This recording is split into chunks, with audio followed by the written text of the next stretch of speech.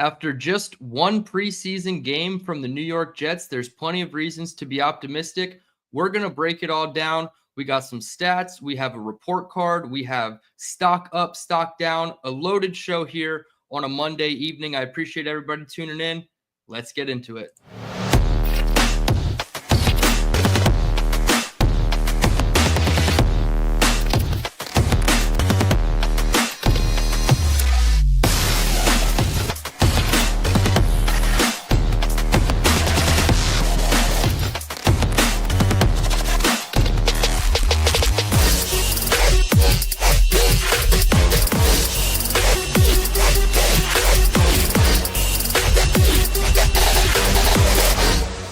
Bring that here, all right? Go up there and press them and choke them out. What's going on, Jets fans? It's your boy DT back with another live stream. First of at least two this week. I am going to get a film breakdown in. It's not going to be tonight. This is going to be more of a deep dive into the stats, observations, some of the notes that I took during the game, after the game, during my rewatches of the game. I'm on my third rewatch of just the starters. And I'm getting into the second and third team now. I'm about halfway through the condensed version. All 22 is out. A bit of a programming note, since tomorrow and Wednesday are the joint practices with the Giants, I'm going to do a recap video tomorrow and Wednesday on the channel, so probably no live stream. And then Thursday, I'm going to go and do a deep dive into the all 22 of Justin Fields' touchdown leading drive for the New York Jets. So really excited to get into the tape. I'm giving YouTube an extra day or two with the videos that I've uploaded. They're just private now, sitting on my channel, but I want to make sure that they're not going to block me when I put the videos up on Thursday night. So I'm giving it an extra day, maybe an extra 2 days, just because I had issues with my Drew Aller video where everything was good when I published it, and then 2 days later they took it down and said, no, you can't have this content. So I want to just make sure all my I's are dotted, T's are crossed, boxes are checked. I just want to make sure that everything's good with the film review, but we are going to go through the 10-play drive of Justin Fields and the starters. I do have a little bit of a breakdown to talk about it tonight, not the film version of it, but my play charting version where I go through and I watch every play over and I take intense notes on all the offensive plays. So like I mentioned, we're going to do a report card. Every side of the ball, offense, defense, special teams, coaching. We're not going to do individual players, but we can talk about certain people of each unit that need to be talked about in the grading. And then we're going to do a stock up, and that's where we'll really get into each individual player. So really excited for this one. I appreciate everybody tuning in. A quick note about my subscriber count. I'm at, I think, 689. So we're 11 away. We're under 15 away from 700. I know that for sure. And I know this community better than any other community out there, sports, entertainment, media, whatever it is. You guys can get me to 700. I know that. So I'm hoping if I go live a little bit over an hour, maybe an hour and 20, we can get to that 700 mark and hopefully even a little bit further. So we're still on the road to 1,000 subs, hoping to get there before Aaron Rodgers and the Pittsburgh Steelers come to MetLife in week 1. We got to average about 100 or so subscribers each week. So it's an uphill battle, but we've gained so many subscribers in the last month. I think I'm up like 170 in the last month. So this community is again A1 since day one, and that's what you guys are. So I appreciate that. Let's get over the 700 mark. Hit the like button on this video. That will certainly help get me out there to more viewers as well. So with that, we could just jump right in. I'll do the report card first. I think that's important because it's kind of gonna just umbrella offense, defense, special teams, coaching before we get into the players. Realistically, I'm trying not to be, too overreactive, right, to this first game. It's just one game, and we saw 10 plays of Justin Fields and the starters. So these grades are not going to be, okay, they did well, they get a good grade. It's going to be based off what my expectations were going into the game. So you're also going to see guys in the stock up, stock down that you probably would be like, oh, why isn't this person obviously a stock up? Okay, well, because I thought he was going to be fine. Like Sauce Gardner, for example. 2 pass breakups, a good tackle and run defense. He did have the DPI, which is a little ticky-tack, extended the drive there on the second drive. But overall, Sauce is not a stock up, right? Sauce was the number 1 player on my board in terms of the Jets, ranking each player. Sauce has been, a guy that I've talked about numerous times on the channel as, one of the best at his position, one of the best defenders in the NFL. So to me, he would not be considered a stock up. So keep that in mind. Offense first, I'm going to give it a B+. I think the starters did very good. I would give the starters probably closer to like an A, right? I feel like the one pass from Justin Fields to Garrett Wilson was a little outside the frame. Garrett had to dive for it. Other than that, he went 3 for 4 for 42 yards. He had 2 scrambles for 14 yards. The one was just a 1-yard scramble, and then he had the 13-yard touchdown run. So if you're breaking it up to starters and then the backups, the starters get a higher grade. The backups, they bring it down a little bit, but I still think overall a B+. All the quarterbacks did a good job. I think, Fields and Martinez did a little bit better than Cook. I think I like the fact that Adrian Martinez stretched the ball down the field a little bit more. Obviously, he didn't connect on the pass to Arian Smith, which would have been spectacular. Everybody who hated on the pick in real time of Arian Smith, they would have just been eating so much crow if Arian caught that pass. But I did like what I saw from the quarterbacks. But overall, B+ for the offense. The run game looked really good. Offensive line looked really good, generating a ton of push for – there was holes for Breece, Braylon, and Isaiah Davis, obviously. And I get it. Everybody's freaking out about that one Breece Hall run where he could have cut it back and had the, crazy high vision of an elite running back and gotten through the hole and did it. I was just actually watching Robbie Sabo break it down. He didn't seem as, fazed by it. And not that I trust Robbie more so than, any other fan. It's just there's mixed opinions, right, about Breece Hall and that play. I've watched the play numerous times. Sure, maybe he could have taken a half a second cut back and gained a couple extra yards. But Isaiah McDuffie, their middle linebacker, number 58, was scraping through the middle, and Josh Myers didn't see him on the block. So we'll get more into that on Thursday. But offensive line had a good push for the run game. I was really intrigued. If this is going to be the focal point of our team, running the ball, I feel really good about it, right? They ran the ball 40 times, and they only threw the ball 28 times. So really like the pass-run splits of what we saw in that first game. And obviously, if things continue in that manner, having that many more rush attempts than pass attempts, most likely you're winning games, right? Or you're at least close enough in games where you can keep it competitive. Maybe it's a one-score game in the second half, and you can still rely on your run game. So very intrigued with the run portion of what we saw from all phases. Even Donovan Edwards, the fourth string running back, had really good runs. And if it wasn't for some really questionable holding penalty, he would have had over 100, 120 yards on the ground. So love the offensive line, love the run game. Wide receivers, there was no crazy bad drop, right? Allen Lazard caught all the targets that were catchable to him. Arian Smith caught all the targets that were catchable to him too, right? And Arian Smith was even going over the middle. He had like a little hook sit route where he found the soft spot in zone, caught it, turned upfield, made a man miss, and gained an extra 6 to 8 yards. So really intrigued by the pass catchers, specifically the wide receivers, the tight ends. Obviously, Andrew Beck had the best day of the bunch, and then Stone Smart on the screen pass that resulted in a touchdown. Very good plays for them. Jeremy Ruckert kind of on a milk carton in that game, right? He was out there. He was certainly out there a lot in the first and second quarter, but just no targets. I don't think he had any targets with Brady Cook even. I know he didn't have any targets from Justin Fields. So maybe the tight ends I do feel a little bit worrisome about. But again, if you were following me, I said tight end was the worst position group on this team outside of special teams. And at the time, we had a special teams unit that was comprised of 4 kickers that have never kicked an NFL kick. Now, Mason Taylor's a little hurt.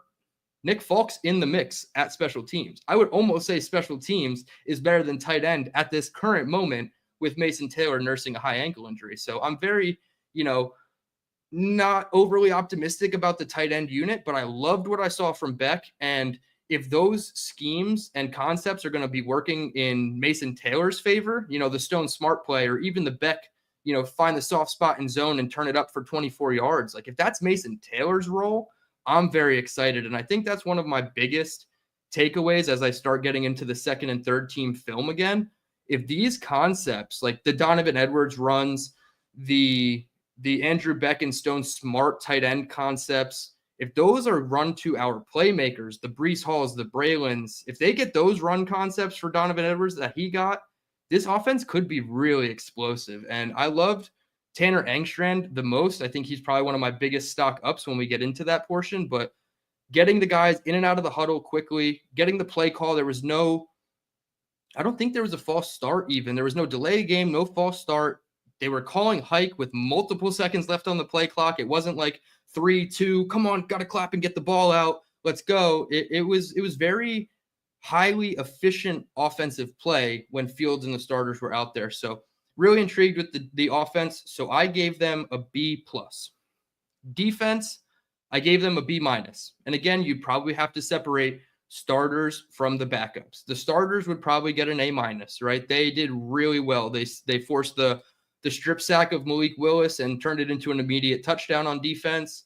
They had, I think, 4 total sacks in the game. So there were elements of good with the defense. The elements of bad, and AG talked about this in the press conference, after those top guys on the defensive line and really the front 7, those linebackers, when they went out, it was pretty scary hours. You had Kiko Malinois, Marcelino McCreary-Ball, and Jamin Davis as your 3 linebackers, and there were so many second-level runs, and obviously that's the defensive line not getting push, right? Our second and third team offensive or defensive line, the Fedarian Mathises, Derek Noddy, Rashad Weaver, Tyler Barron, those guys weren't getting good run push, like push up at the line of scrimmage to stop the run, and they were getting into the second level and forcing our linebackers to come up and make plays, and they just weren't able to do that. So the run defense definitely hurt the team, but it was a lot of, garbage time, second and third stringers. So I don't want to weigh it down too much, but if the starters were an A- and the backups were like a C+, you kind of meet in the middle. I'm a little bit more, trying not to be over realistic or overreactive, and I gave them a B-. Maybe you can give them a B and still be okay. I don't think it's worth, giving them an A or a B+. The turnover was great, and I love that it came from a guy who's projecting to be a starter in J2 Fele. Leonard Taylor, though, he made a great play. He's technically the second string defensive lineman. So I liked a lot of the defense. I didn't like a lot of the defense, too, at the same time, especially in the second half. I thought the corners, when they came in backup duty, you had Quantez on the boundary, and you had Bump. What's his name? His nickname is Bump. I can't think of his name. Bump Cooper. There it is. Bump Cooper on the opposite side of Quantez Stiggers. And then you had Malachi Moore in the slot. And I thought that was a really cool wrinkle because I've said it. I think Malachi Moore is a safety and a backup nickel. I know they like Isaiah Oliver in that role. So you basically have a rookie version. Thank you, Alan. A rookie version of Isaiah Oliver in Malachi Moore with probably a higher ceiling. So I loved the backup trio at cornerback in Quantez and Cooper with Malachi Moore in the slot. I really did like that. So the front 7 made me a little worried. The secondary obviously was pretty good with the safeties. There was just the one play from Dean Clark, number 35, on the garbage time rush touchdown by the Packers where he put his head down, didn't wrap up. Running back was able to bounce off him and spring for a touchdown. That was probably the only play where I looked at it and I was like, okay, technique, fundamentally, that was bad. Other than that, it felt like everything else was really good from a defensive perspective, other than obviously Michael Clemens trying to fight 60% of the Packers offensive line. Like it's death taxes and Michael Clemens trying to throw a punch at somebody. It's ridiculous at this point. And I hated the personal foul penalties.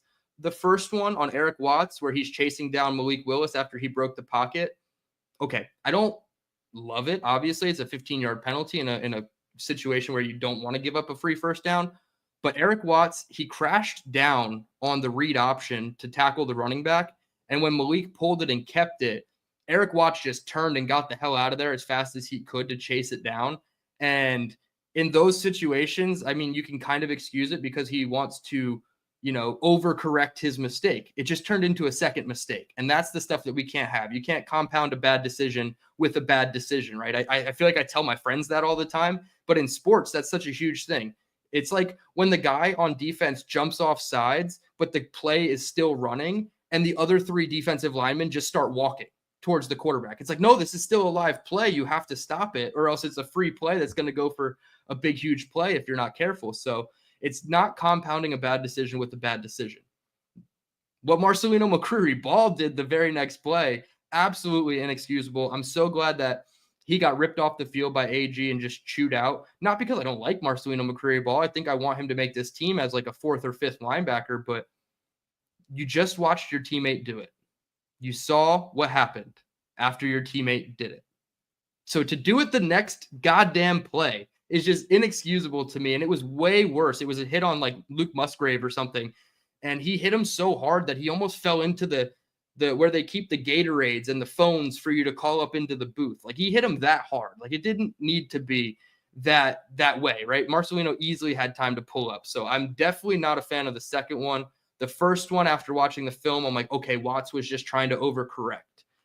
Again, not the best way, to have your first impression to the fans and the new coaching staff is to get a penalty, but the second one was way worse than the first one. So B- for the defense and a B+ for the offense. That brings us to special teams. I had to give them a B+. Again, I'm not trying to, oh my God, Harrison Mevis made all 5 of his kicks. Great. 4 of them looked ugly as hell. So I'm not trying to get too overly optimistic about these units. I did like that Nick Folk made the first kick. I think I said that in my pregame, what I expect or what I want to watch for. I said I want to see Nick Folk make any first quarter kicks and then Mevis get the rest of the 3 quarters to do what he needs to do. So I was happy that they both got a little bit of action. Obviously, Mevis got the most of the kicks. 3 for 3 on his field goals. I think it was a 32 or 33 yarder. That thing was ugly. It was clunky. It barely made it halfway up the uprights.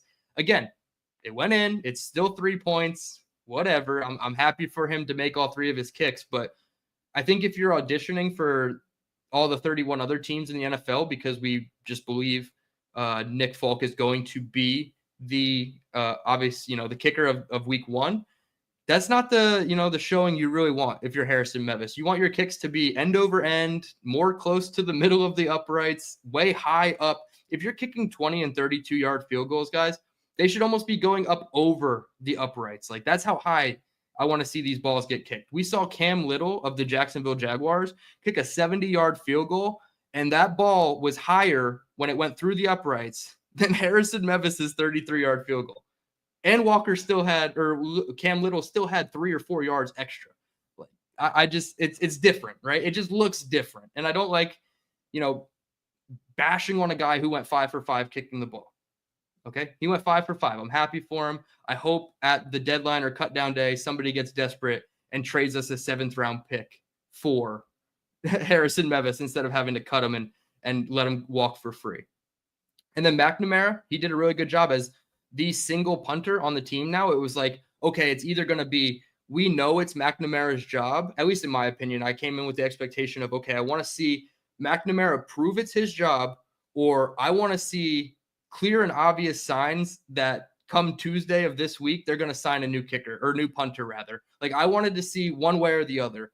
Maybe I'm jumping to conclusions with Austin McNamara when I say this, but I do think he is the week 1 kicker or punter, excuse me, and there's not going to be any more competition brought in. I think what they saw from him was really good. His execution of some of the kicks was really good. Obviously, it resulted in a downed, I don't even think, did Mecole Fair catch it inside the 5 or 6 yard line? I don't think he did, and he got tackled by Quantez. So, you got the guy inside the 5 yard line on a non-fair catch.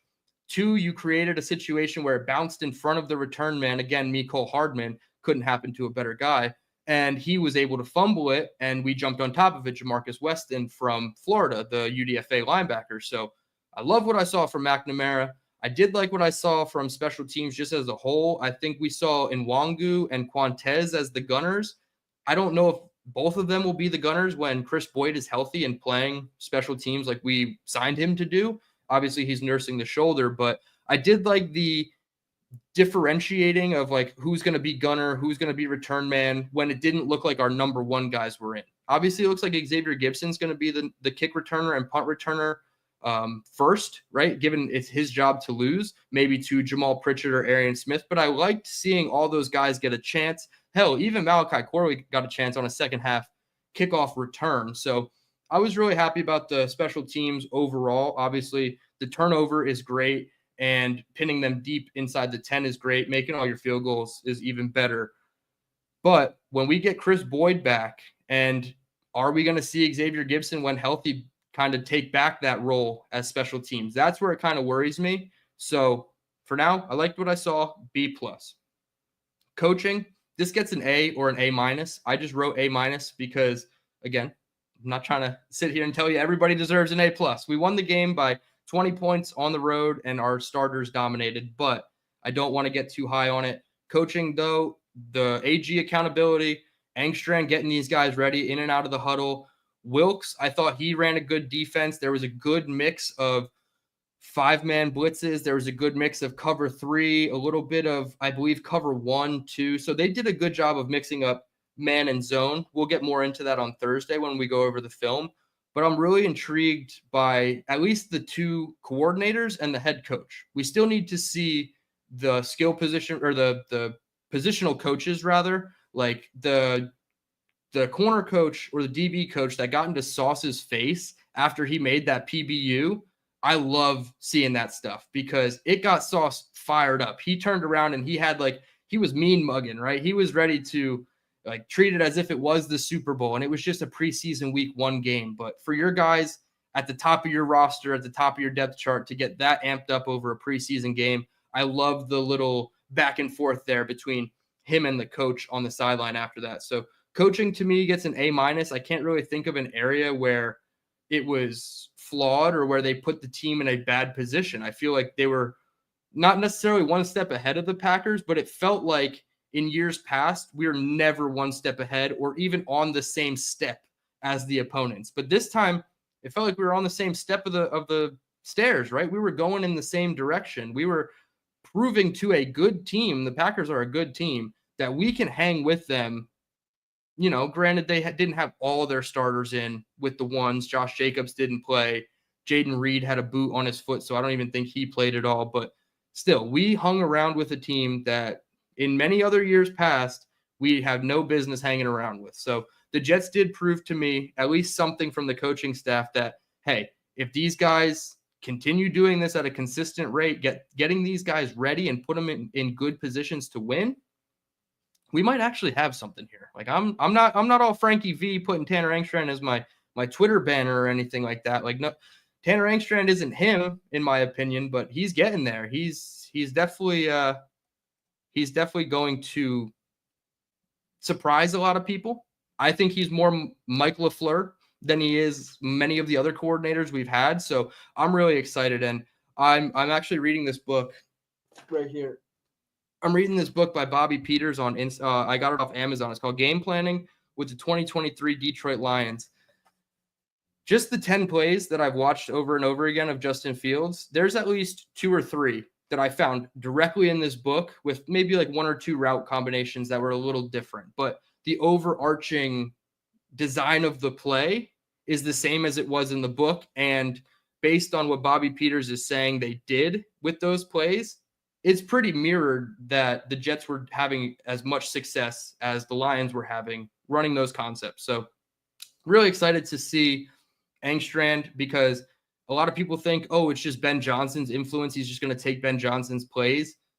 Honestly, I think Engstrand has a lot more of his own creative wrinkles and pass game concepts that he brought to Ben Johnson, and Ben Johnson made it work. Obviously, Ben Johnson gets all the credit for being the OC in Detroit, whereas Tanner was just the pass game coordinator. But these guys are working hand in hand. So it's not going to be, oh, it's exactly Ben Johnson's offense. No, it's going to be what we saw from Detroit with wrinkles that were always Tanner's influence, right? So I'm really excited about everything I saw from the coaching staff. I'm really high on Engstrand. I'm high on Wilkes too. I think having a veteran coordinator on either side of the ball, it could have been a veteran OC with a rookie DC. I think either way, I think that's a really good combination, because now you just get, I don't know, with Wilkes, you just get the experience, and he's able to relay it to the players a lot better. And he's also a sounding board for AG. If you had 2 young coordinators like we did with LaFleur and Ulbrich trying to help a first-time head coach, things are going to slip through the cracks, right? Those administrative errors or flaws where Saleh didn't really care about in 2021, and then entering the 2022 season, he's like, wow, I had to really, take a step back from the X's and O's of football and work on the administrative work. No, I think AG, with the help of Wilkes this year, is kind of ironing out all those things. And next year, it's going to be a lot easier of a transition into a full season of, okay, I know I'm the guy. Let's get these guys ready as soon as we break. At the end of like when we do our exit meetings this year, AG is going to be miles ahead of where Rob Saleh was exiting the 2021 season. So very excited for the coaching staff. A- for them. So overall, my grade is a B+. No surprise. Offense got a B+. Special teams got a B+. You meet in the middle of an A- and a B-, and you get a B, maybe a B+. So I gave overall a B+. Really excited. A lot of things that I expected to see, I saw, right? Playing with the timing of the offense. Fields' feet were lined up, point ready where I wanted him to throw it. Obviously, the one throw to Garrett Wilson came off a little three-quarter sidearm, like he kind of dipped a little bit as he threw it. It wasn't the best release and the best platform for the release. But I think all in all, if you just saw the 3 bad practices of Justin Fields, your expectation was probably, I just hope he completes a pass and doesn't get hurt. He blew that out of the water. So for me, I wasn't too surprised by Fields specifically, but I was very excited that he looked very poised in the pocket. Very clean pockets, too. Like he'd never really had a instance where he was panicking, right? He slipped through the A gap to go and run for the touchdown where he beat, I believe it was Isaiah Simmons to the corner, and Isaiah Simmons just had no chance in the middle of the field. But other than that, I don't think defensive linemen got close to Justin on his 4, I guess they were true pass attempts. He had 6 dropbacks, 2 ended up being in scrambles, but 4 pass attempts where he got the pass off. I don't think any of them, the defensive line was very close. So excited for that. Let's keep 7 upright, keep that jersey clean. The less turf marks on that jersey, the better, because it just proves that we're doing our job up front. So B+ on the report card there. With that, I'm going to move into a little bit of stock up and stock down. I think it's very obvious the very first stock up player deserves to be Jay Tufele. When you have, I think, 2.5 sacks and a fumble recovery for a touchdown in the end zone, like super excited for Jay. He got to play because Quinnen was out. Byron Cowart was out with an ankle injury. So I'm excited to see who was going to step up and take that role and really take the bull by the horns. It looks like Big J, as Steve Wilkes calls him, is going to be that guy. We'll get into the stock downs of some of the players that played alongside of him, but I thought Jay Tufele was light years ahead of what I thought he was going to be when we signed him in free agency, when we talked about him in OTAs and mini camp, when we were on the 40-day break. I'm just like waiting for that notification of like, okay, let's go get a defensive interior guy, and then Jay Tufele is probably cut. So Jay Tufele might actually be around for a while, and bonus points, just a personal thing. Dude doesn't wear gloves. That's tough as nails. I'm sorry. When you have a defensive lineman with his hand in the dirt and he's got his hand up and he's just rearing to go and there's no gloves, there's no tape on it, bonus points for me. So Jay Tufele, stock all the way up on him.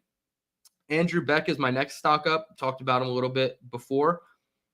He's tight end too, guys. Like this is I guess the secret is out, right? They tried to do their best to contain Andrew Beck in some of the open practices. And obviously when Mason Taylor's in, Andrew Beck's going to get outshined by the top guy on the depth chart.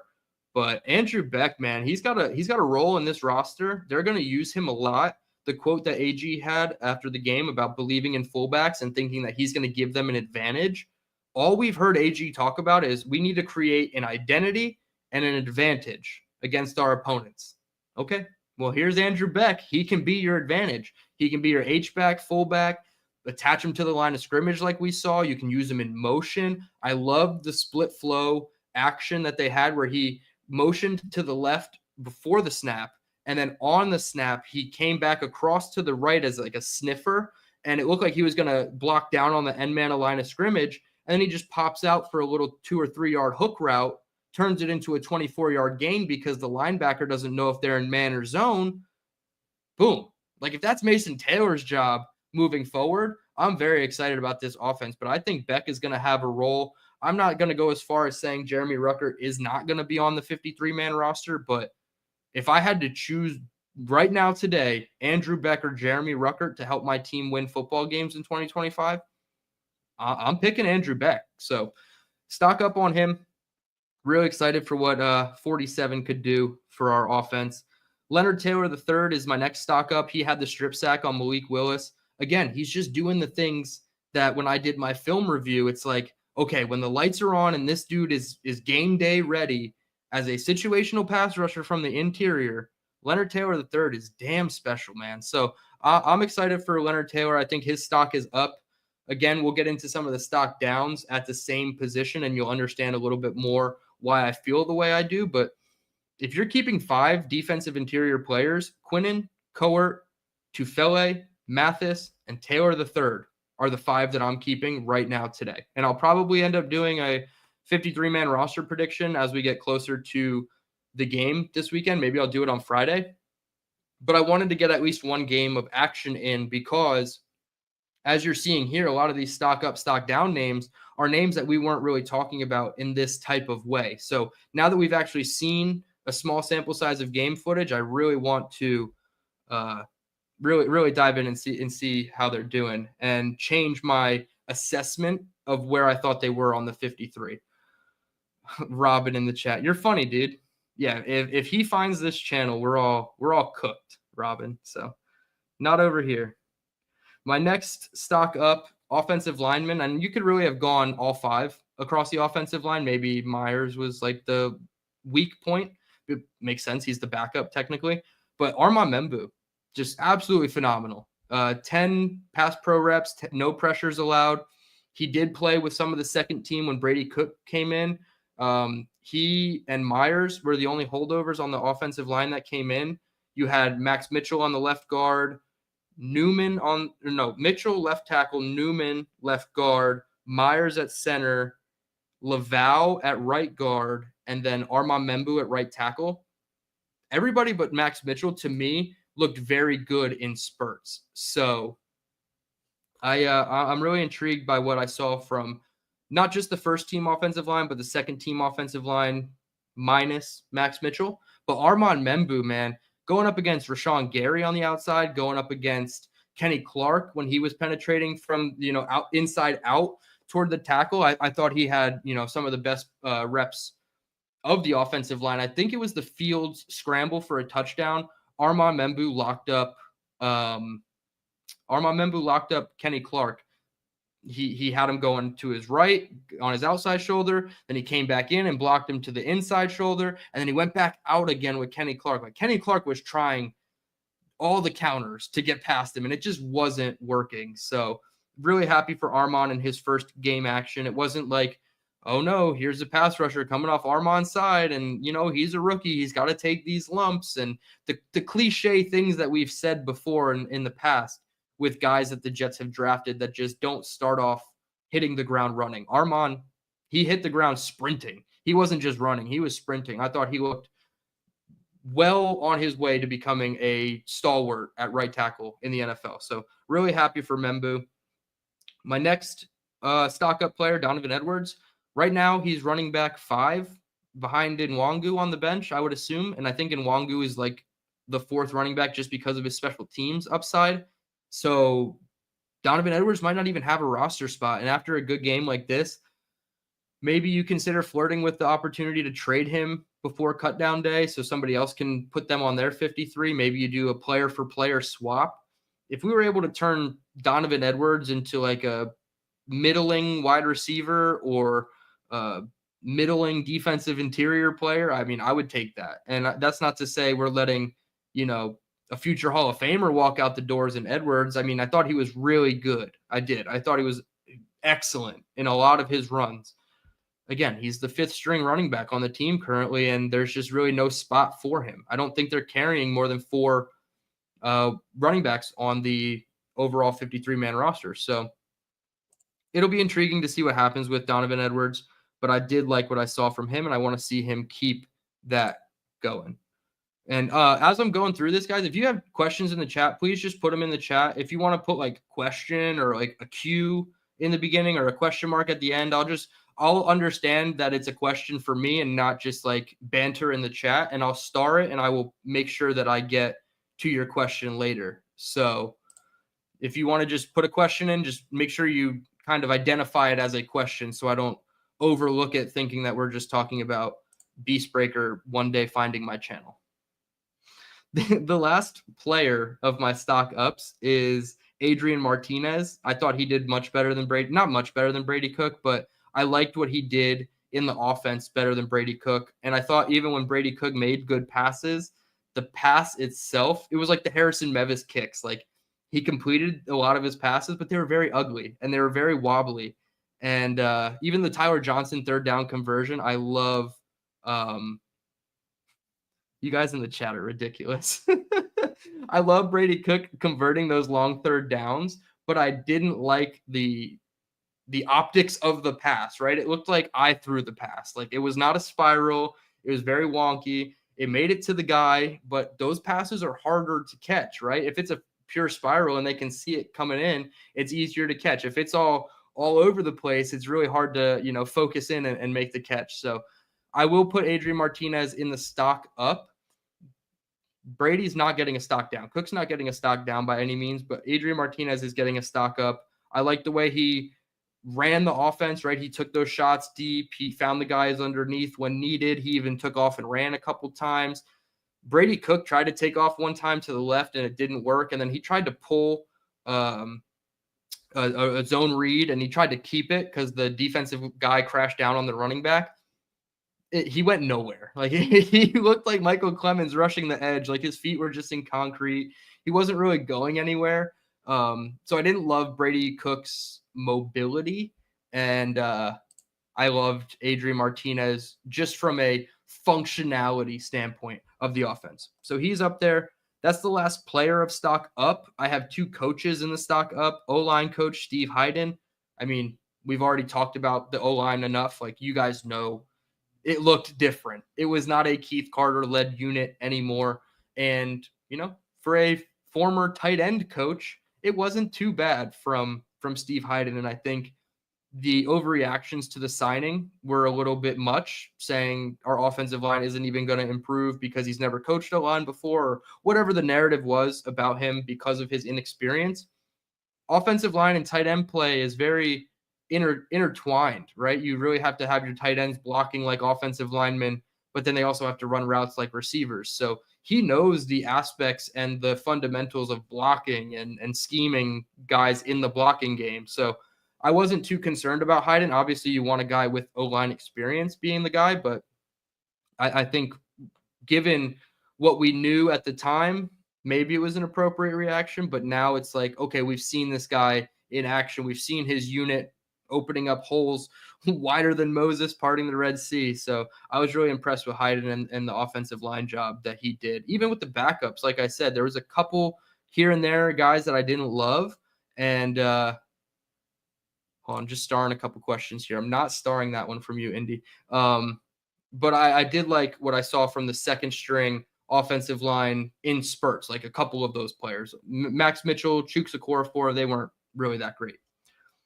Flipping over to stock down, I have 6 players in this category. A lot of this is either you were on the field a lot and didn't see a ton of action in those reps, or you were just on like the third or fourth team buried on the depth chart, and I thought you would be a little bit higher. Number 1 stock down, Jeremy Ruckert. Jeremy Ruckert, and I'll pull this up. I compiled some stats here. I'll pull up the tweet that I made. Nope, not that one. This one. Nope. Again, not that one. What the hell, StreamYard? I'm getting the Jake Asman treatment over here. This is the one that I wanted to pull up. So this is a list of all the players who saw the field on Justin Fields' 10 snaps. Okay? You can see it's broken down. Wide receivers, running backs, tight ends. Jeremy Ruckert was on the field all 10 snaps with Justin Fields. So was Garrett Wilson, obviously, as you can see. But Jeremy Ruckert got 0 targets. He was not even a thought in the passing progression, in my opinion. It didn't look like Fields was looking at him at all. Obviously, we see Beck stole the show on his 4 reps. He was in one at fullback where he was like the lead on a duo run. And then he had 2 big catches. That's supposed to say 36 yards, by the way, not 26 yards. So he was much more efficient on less snaps, but Jeremy Ruckert was in on all 10 of Justin Fields snaps, didn't do anything with the second team either. It was very shaky for Jeremy Ruckert. And the narrative with him for me has kind of been, what are you going to prove to us? Can you prove that you can be an adequate blocker like you were your rookie year under John Benton and Mike LaFleur? Or can you at least prove to be a somewhat viable pass catcher from Justin Fields? And a lot of times in practice, we're hearing Fields breaks the pocket and Ruckert runs a quarterback-friendly route in the scramble drill and helps out his former quarterback, and he's able to get the pass off to him. But then the pass hits him in the hands and ends up in the defender's hands for an interception. So there's so much like up and down with Jeremy Ruckert right now in camp, and this preseason game just wasn't a good showcase of his skills. Obviously, he had no targets, but to have 10 plays on the field with Justin and the starters, and to not even, you're an afterthought. You're like the fifth eligible and nobody's even looking your way. And a lot of times he was like on the lead blocker side of a couple runs. I have to go back and really look at what he did in the run game. I was more focused on the O-line and the holes they were creating, but it didn't seem like to me Ruckert had that, moment where he was like moving somebody out of the frame or getting open for a nice catch within the concept of the pass play. So just not a ton to like from Ruckert. So he is my first stock down. My next stock down is Malachi Corley. He came in with the second team when Brady Cook came on. A lot of times he was with the third stringers though, and he didn't get a ton of run. He had one throw where Brady Cook short hopped it to him and he couldn't get down and make the sliding catch to get it. And then he had a 3rd and 20 shallow cross that he turned it upfield for 6 or 7 yards and they ended up punting. So I truly have no more words for Malachi Corley at this point. It's like you had a second half kickoff return that you didn't get any net yards on. It was a net negative of a return. It didn't get to the 25. So many things now are just working against Malachi Corley. And I'm concerned that I don't think he's going to make this roster. As you can't put him on the practice squad. If you cut him, somebody's going to pick him up and give him a chance, right? Maybe he proves he's not a guy in the NFL for any team, but it's an unfortunate circumstance for Malachi Corley, and I've almost run out of words to describe the disappointment in Malachi Corley. It's I'm not mad, I'm disappointed, right? Malachi Corley, I feel like. So it's a tough look for Corley, third round pick last year. New regime owes him nothing. Sean Jefferson's the only holdover coach, and maybe he didn't like him. So it's a tough look. I don't think he makes the 53, especially because I don't think they're going to keep more than 5, maybe 6 wide receivers. And I still think that 6th wide receiver would be a guy like Pritchett, who's only special teams. So Malachi Corley, unfortunately, won't make my 53-man prediction when I do it later this week. The next guy on the list, he will make the 53, guaranteed to make the 53. Although nobody wants him to make the 53. Michael Clemens, come on down. First play of the second drive, the Packers run a run play, and Michael Clemens gets pushed in the back slightly after the whistle. As the whistle is ending, the ending part of the whistle, Michael Clemens gets pushed. That's not enough for Michael Clemens. He's got to go back and push that guy back. Then another offensive lineman gets involved, and Clemens has got to push that guy too. And then a ref gets in the middle of the offensive lineman and Michael Clemens. And Michael Clemens, I swear, it looked like he threw a punch through the referee. Just such stupidity. You obviously know you can't touch the refs. And that's what I think initially drew the flag, was the ref tried to put himself in the middle of the two guys, and they just kept punching through the guy. The ref was non-existent in those guys' worlds. They just saw red and they just wanted to fight somebody. So not a good look, man. How many times are we going to have to see this? The jumping on the pile in Buffalo when it was clearly a dead ball. Now the very first sighting of 72 in 2025 is this. So he's going to make the 53. I don't agree with it. I don't want him to. But unfortunately, due to the nature of the position, Michael Clemens is here to stay, unfortunately. Allen Lazard is my next stock down. He suffered the shoulder injury, and I'm not putting him on here just because he got hurt. If we pop this back up, if StreamYard lets me, you will see Allen Lazard only had one rep or one snap with Justin Fields and the starters. Arian Smith also had one snap with Fields and the starters. So it doesn't seem like Allen Lazard is in consideration for being the starter. They did come out, and this was his only rep with the starters. They came out in 11 personnel, so three wide receivers, one tight end, one running back. And it was Garrett Wilson and Josh Reynolds on the outside and Allen Lazard in the slot, like I mentioned a couple times leading up to the game. So that was their original 11 personnel. And then they immediately took off Allen Lazard and put Tyler Johnson on for the next 11 personnel snaps. As you see, Tyler Johnson got 4 reps with Justin Fields, 1 catch for 6 yards on 3rd down. So Allen Lazard's usage with Fields and the starters, to me, it was a stock down, right? I thought Allen Lazard was probably firmly in the role of wide receiver 3, wide receiver 4. Now it seems like he's closer to wide receiver 4 under Tyler Johnson. And if you're getting the same amount of snaps as Arian Smith does with the starters, perhaps you're fighting for wide receiver 4/5 on the roster. So maybe can we get him down a little bit further, and now he's competing with Brandon Smith to be, a contested catch blocker type who gives you some element of good hands downfield as a pass catcher. So Allen Lazard, to me, probably going to make the 53, but I don't love it. The next stock down is Derek Nottie.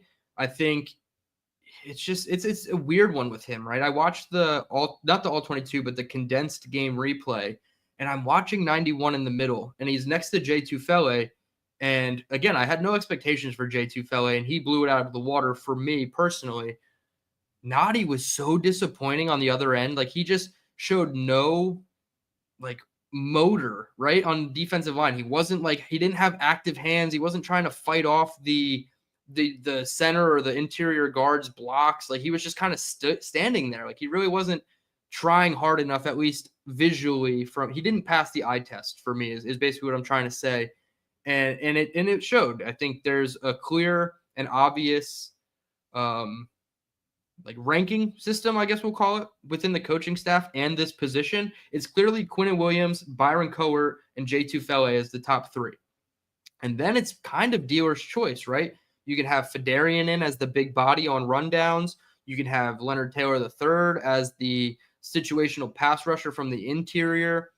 And then you have Derek Nottie.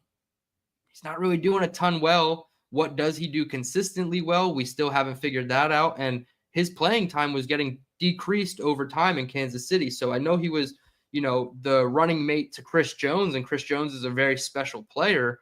And maybe Nottie's presence was part of that success. It's just not showing up here. And I think maybe through one game, it's a little bit too much of an overreaction. But a lot of these beat writers are not putting Nottie in their 53-man roster prediction. Rich Cimini notably did it before the game even started, like a couple days before the game happened. He put out his way too early 53, and Nottie was not on it. So there's a lot to be concerned about with Nottie. Again, he was a free agent signing that didn't really cost you many dollars. I can look it up real quick how many dollars exactly he cost. It was a 1-year deal worth $1.4 million with only $400,000 guaranteed. So to me, that says he's an expendable piece. A lot of these defensive interior guys got 1-year minimal deals with very, very low guarantees. And if we lose out on $418,000 because we cut Derek Nottie, I'm not losing any sleep. The cap space isn't really taking a big hit.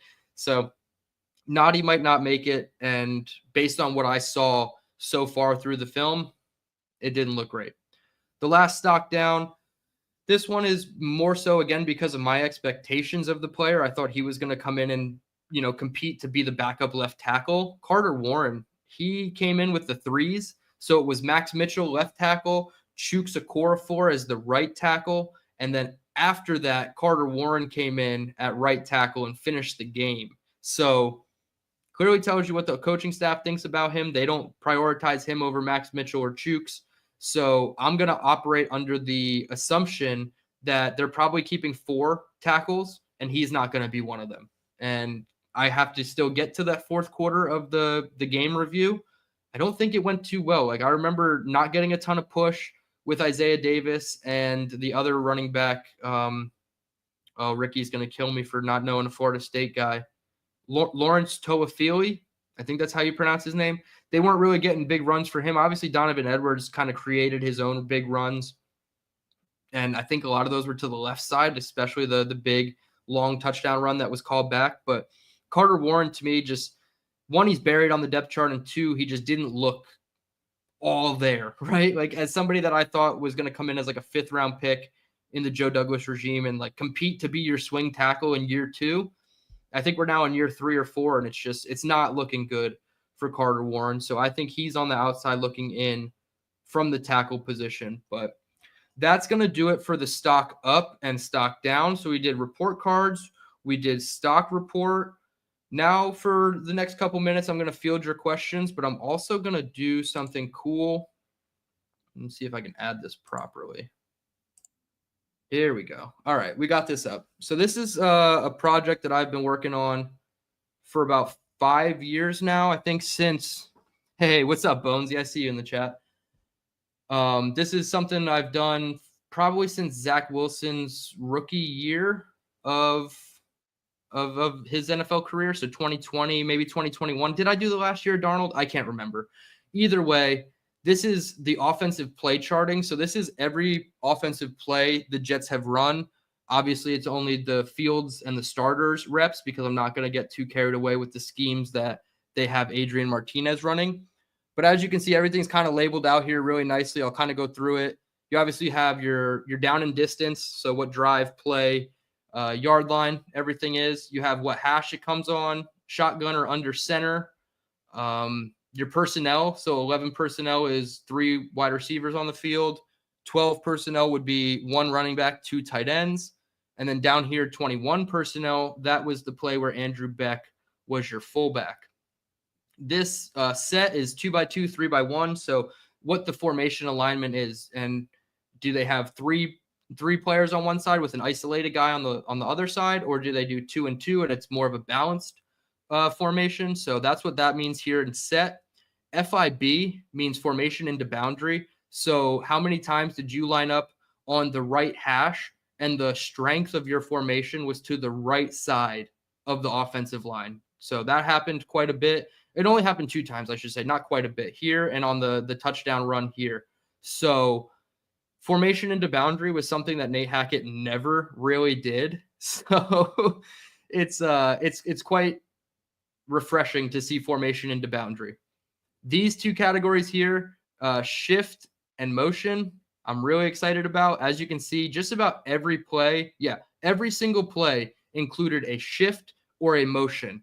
And how I define a shift would be you come out of the huddle, everybody gets lined up.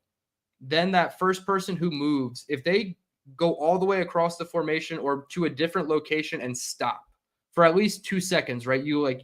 It's what it says. It shifts the formation. So did you go from a 2x2 to a 3x1, right? That's what I would consider a shift.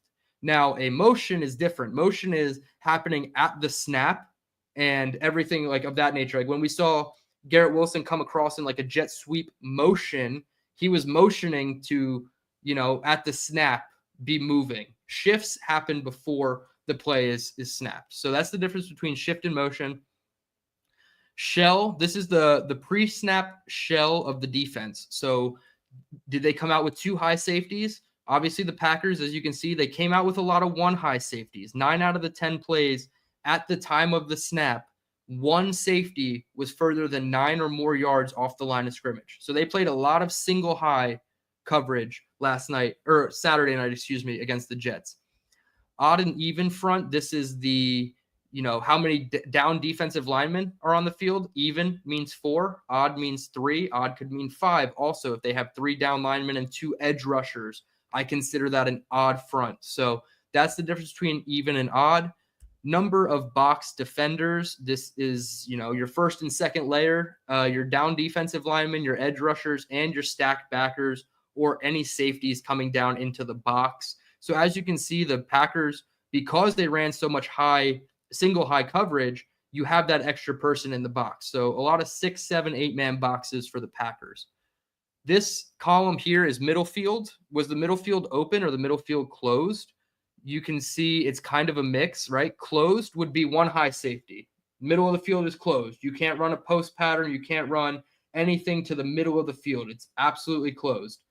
Two high safety, you're open, right? The middle of the field is open. So that's what I mean by that. And that is a post-snap designation. As you can see, these are all listed as pre-snap, personnel's shift motions, box defenders. And then this is post-snap. So sorry for the fumbling of the keys, but this is post-snap here. So the middle field coverage of the defense, we're going to get into more coverage of the defense. Are they playing man? Are they playing zone? Are they even playing a match where it looks like zone until a certain point and then they all connect on and run out in man coverage? So that's what this column is. And this one is more specific. Cover 1, 2, Tampa 2, cover 3, cover 4, cover 6. Do they run cover 9 even? So that's what this is more about. Obviously, this is self-explanatory. Run pass options. How many times? What was it? A run? Was it a pass? Now you'll see down here, play action pass and pass on the last two. I will not consider a scramble a run. If it's a designed run, it will be listed as a run, but it was a pass play that he scrambled on. So that's where the differentiator comes in there. Blockers versus rushers. How many blockers did we have? If we had 5, that's just a single 5-0. Every 5 offensive linemen are blocking. That's it. 6, you either get a tight end blocking and releasing or a back out in protection. So you'll see this one down here, 7. We had Jeremy Ruckert as the lead blocker on like a block and release. And then we also had, I believe it was Beck or another, I believe it was Beck on the other side. He was just a true blocker in the play action run game. So that was where you get the 7 blockers from. Here we have the player who caught the ball. So that's self-explanatory. If the ball was thrown to him, he ran the ball, whatever the case was. If it's a sack, it's going to say a defensive player's name here moving forward. Play result. So you're going to see the red and the green stuff here. That's more for me, but it's to help organize my thoughts. So if you see a red number, so like the 3 right here is in red, this means that was not a successful play. And how I define a successful play is as follows. On first down, you need to gain 40% or more of the yardage. So 1st and 10, 40% is 4 yards. So a 3-yard gain is not successful by the math, right? It's a positive gain, but it is a unsuccessful run. Then on 2nd down, so this right here is a 2nd and 7, Breece Hall only gets 2 yards. On 2nd down, you're supposed to get 60% of the yards to gain. So whoever wants to do the math, that's 60% of 7 yards. I believe that's like 4 yards, 4.2 yards. So clearly not a successful run again. 2 Breece Hall unsuccessful runs to start the game.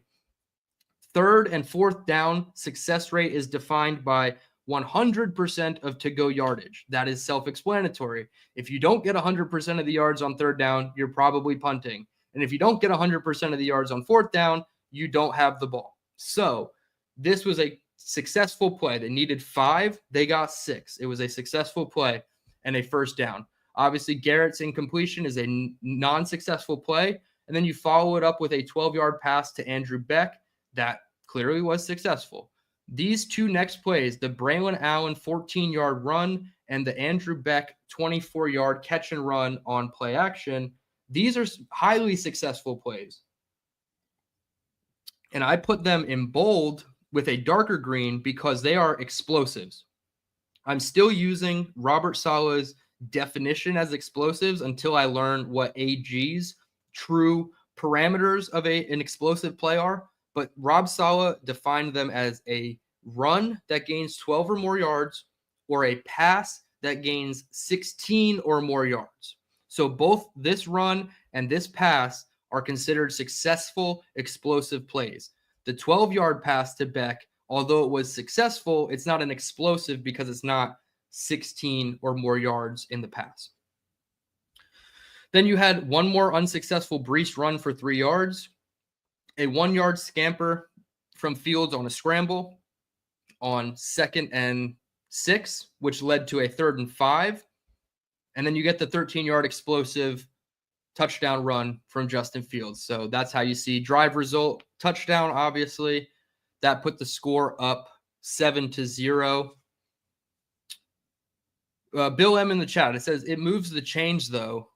Which play specifically are you talking about that moves the chains? Because, yes, I've considered every play that moved the chains a successful play, but that's not what considers it a successful play. It's more the percentage of yards to go yardage gained that would consider it. Yeah, the 12-yarder. No, it's definitely a first down, and it's a successful play. It's just not technically an explosive by definition of what Saleh described them as a 12-yard run or a 16-yard pass. So, yeah, it's certainly a successful play, very successful play, because it gained a first down on, I think it was second down. I think it was a 2nd and 10. But still, either way, yes, it's definitely a successful first down play.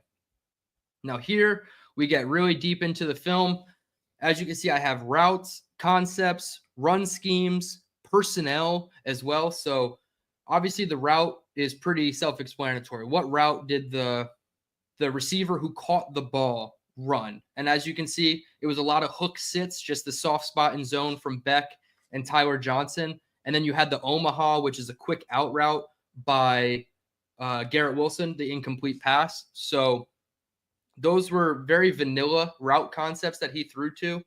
But then you get into the concepts, not just the routes, and you'll see this play here, we had a wrap in, which basically is, a hook sit with the basic coming behind it. And we'll draw all this up on Thursday's show when I go deeper into these 10 plays. I just wanted to talk you through the surface level of these tonight and get you guys familiarized with some of the concepts and verbiage that I use when I get into the film. So this was a bit of a wrap in for the concept, and they ended up throwing it. As you can see here, it was Isaiah Davis, Jeremy Ruckert, Garrett Wilson, Josh Reynolds, and Tyler Johnson on the field. So it was 11 personnel, and Johnson ran the hook sit, and then Ruckert was wrapping behind him as the basic route.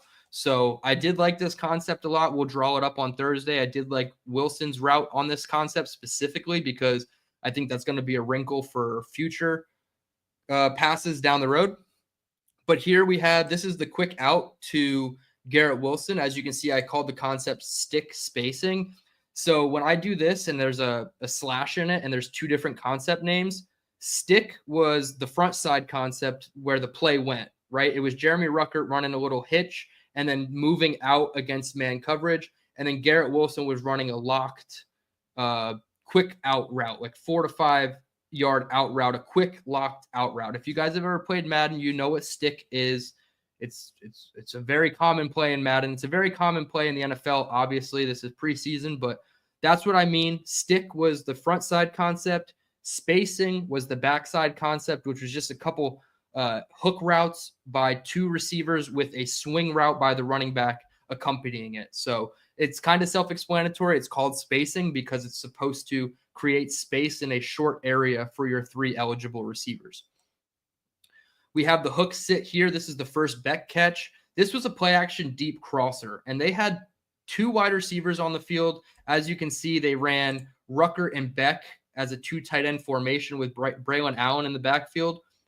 Garrett Wilson and Arian Smith were the 2 wide receivers on this play. Made me very happy to see Arian Smith in as that second receiver in 12 personnel because I thought that was going to be Reynolds specifically, and then maybe even Tyler Johnson. So to see Arian Smith get this rep was great. It was a play action, and basically Arian Smith ran a deep post from right to left, and Garrett ran like an over route, crosser route, deep crosser underneath that route. And AG talked about this in the press conference. He said we had shot plays dialed up, and it just dictated, the coverage dictated for Justin Fields to look elsewhere, look off it, and hit the check down. So I was pleased with Fields on this play, and watching the all 22, it was pretty locked down by the defense. So I don't think there was room for him to make the throw deep to Smith or Wilson. So I love having the outlet pass gain a first down anyway.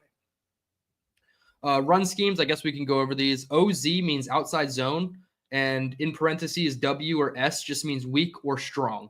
Sometimes you will see, like in this situation, if it has SF, that means split flow. So the tight end is coming across the formation and hitting the end man on the line of scrimmage. That will certainly be a concept that this team runs because they did it to Beck, where he just kind of leaked out after coming across in like that sniffer type motion that I'm used to calling it. So we have outside zone, we have duo, which is again self-explanatory concept. You have 2 offensive linemen on 1 defensive lineman. You try to create as many double teams from the A gap out as you possibly can and go from there. And then we just have scrambles, basic run scrambles. The 2 plays that he tried to scramble on was a play action keeper. They actually ran a very similar formation and look from this and then ran a variation off of it. The first time it looked like they ran the ball. The second time Justin keeps it and bootlegs out. I thought he had a chance to throw it to Tyler Johnson in the flat for a second, but then when I watched the all 22, it was definitely not as clean of a passing lane as I thought it was. So I'm glad he decided to keep it and take off, even if it was just for a 1-yard gain. But I call that a play action keeper delay. And again, we'll draw all these plays up on Thursday, but you'll see the Tyler Johnson motions down as a like a crack block. And then he just kind of like fakes the block and turns around and just kind of sifts through the open space as Justin is bootlegging. So I really like that concept. And then this concept mesh, I'm pretty sure a lot of people are familiarized with it. It's basically just 2 shallow crossing routes going opposite directions. It's a great man coverage beater. And this play specifically, as we go all the way back to the beginning, post snap, this was a man cover 1 play. So mesh is a man beater, and we'll get into that last tab in a second. But mesh is one of my favorite concepts against man coverage, especially in like the high red zone from like the 15 to the 25-yard line. Like some people call it the green zone before you get into the red zone, which is like the 30 to the 20. I think this is a really good concept for that situation, that area of the field, because if they do run man, you're running away from everybody. You're designed to run away. So I like Engstrand calling a mesh play here, and then Fields obviously scrambling out and getting the touchdown. So here I talked about it before. You see what 5 eligibles are on the field here. And that's basically how I got to this here is who was on the field when Justin Fields was on. So that's how I came up with this. And then I have this tweet as well, which is more personnel based. So 11 personnel, 12 personnel, 21 personnel. I'm going to differentiate 21 personnel from 12 personnel because if Beck lines up as a tight end attached to the line of scrimmage, I will call that 12. If he lines up in the backfield as a H-back fullback, I will call that 21. If you get 2 running backs like Brees and Braylon, that's 21. So I'm going to differentiate it. I know some sites don't. They all consider it 12 or they consider it all 21. So like if Andrew Beck is listed as a fullback in their database, it's all going to be 21 personnel. But if Andrew Beck is listed as a tight end, it's all going to be 12 personnel. So I don't want there to be confusion there. Like if it's a 21 personnel with a fullback, you'll know. If it's 21 with 2 running backs, I'll probably put an asterisk next to the 21 so that you can tell the difference between all these personnel groupings, because it really helps paint a better picture of what happened on the play. So 60% of the time they were in 11 personnel, 30% of the time 12, and then the 1 play where Beck was in at fullback. And I even wrote, I said tons of similar formations and looks, but good variations within those formations. And I felt like one formation and 1 look with the motion on 1 play, you come back, you give them the same type of look with the same type of motion, and you ran a completely different play off of it. So I thought Engstrand did a good job with the wrinkles of each play structure. But back to this play charting here. So this is the personnel on each play. And this one, this last slide or this last column here, I'm not going to bore everybody and talk through it, but this is the notes on each play. So like 2x2, single back, stack right.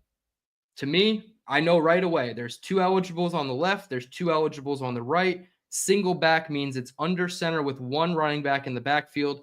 Stack right means that there are 2 eligibles on the right side aligned in a stack. So they're, almost on top of each other. We've seen this formation plenty of times, and you guys will see it on Thursday. But that's what stack right means to me. 2 guys lined up almost on top of each other, like, one in front of the other, basically, in the formation to the same side. Wilson did a jet motion. As you can see, jet motions versus shifts. He does a jet motion. Hall, short run right, good second level combo block from AVT. So those are just the notes that I put in on each play. This is available for everybody to look through on their own if you want. All you have to do is if you're in Jake's Discord, if you're in Nick Shine's Discord, or the Badlands Discord, the link is shared in all of those for anybody to request access to.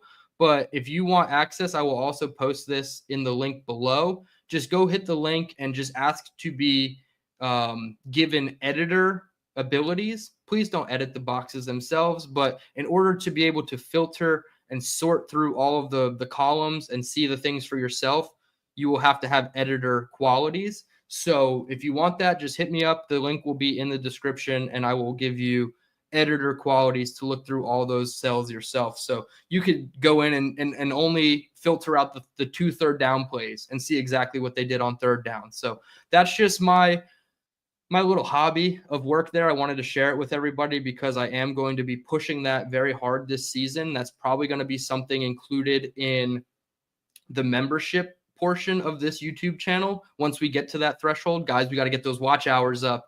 I'm at like 2,100 out of the 3,000 I need for us to get memberships, super chats, and a potential merch store going. So once we have all that, these are the things that you're going to see in those membership only videos. I'm not going to make it public. If you guys are paying to be a member of this channel, and I'm not sure, it's not going to be much, guys. Like, I'm not going to charge you an arm and a leg to be a member, but this is the type of stuff you're going to get from the membership. So it's definitely going to be worth getting in there. And eventually, if we get enough of these memberships moving in, then yeah, we can start talking about bigger items to, maybe raffle away. I'll give out some DT merch. So with that, I will open it up to the floor. I'm going to have to scroll up a little bit and get into the comments. I did try to star a couple, but I will do my best.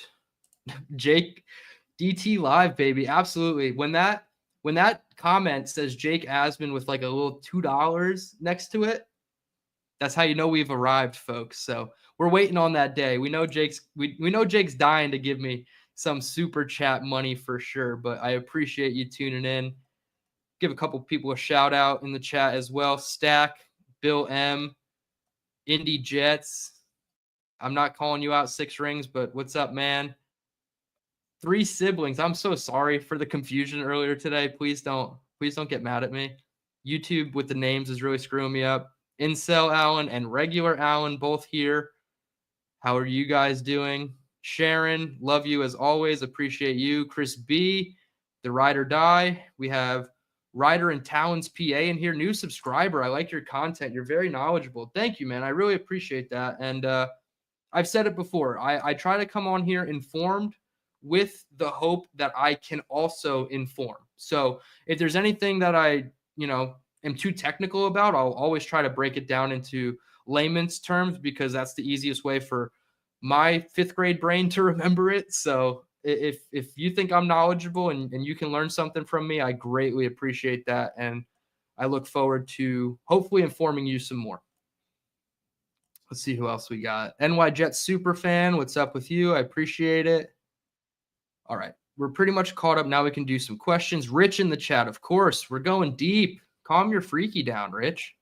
We're just relaxing. We're doing a deep dive. That's what it's called. It's a deep dive. We're doing it. Appreciate you tuning in as always. Peg and Artie, I love having you around. Not being a stick in the mud, but Green Bay was awful, like really, really awful. I mean, if you're talking about like them as a team, yeah, they didn't show up on Saturday. None of them really looked like they were ready to play. But that's no excuse, right? Any given Sunday, even if it's regular season, preseason, we see it happen in the playoffs all the time. Teams just don't show up, and it happens. So I'm not going to excuse it and say, oh, well, the Packers were bad Saturday night. No, the Jets, they came out and they kicked ass, regardless of what version of the Packers were going to play on the field. The Jets were going to play their brand of football. So I understand what you're saying, but yeah, I'm not going to, say they beat a bunch of high school kids. Let's see what else we got. Eli Betts in the chat. I appreciate you. Here we go. Incel Allen. Tony Pauline still pushing the Breece trade by the deadline. First of all, anybody who listens or consumes any of Tony Pauline's content in 2025 couldn't be me. So I had no idea that he said this until earlier today when it was mentioned on Jake's show, but I don't think so, man. I don't see it. Unless the Jets are out of contention, like 1-7 at the deadline, no hope for a future, maybe. But to me, the people who are arguing to trade Breece Hall because our running backs behind him are good, sure, whatever, have that. But I know for a damn fact, the second Breece Hall is traded for a 5th-round pick, and we send Breece and a 7th-round pick to that team, those same people that wanted Breece gone are going to complain about the compensation given to the Jets for Breece Hall. So Breece ain't going nowhere, man. He had 3 okay runs. I'm not even going to call them bad runs. I understand. We'll get into it on Thursday about that one play. But three runs for 9 yards is not something to overreact about. It's not something I'm going to do. And I think Breece shouldn't even be labeled as a running back. He should just be labeled as a weapon. He's going to be weapon number 2 for this football team behind Garrett Wilson. Robin already answered that question. I almost put it up. Indy, yeah, no beast, please. That'll be the day. Let's see.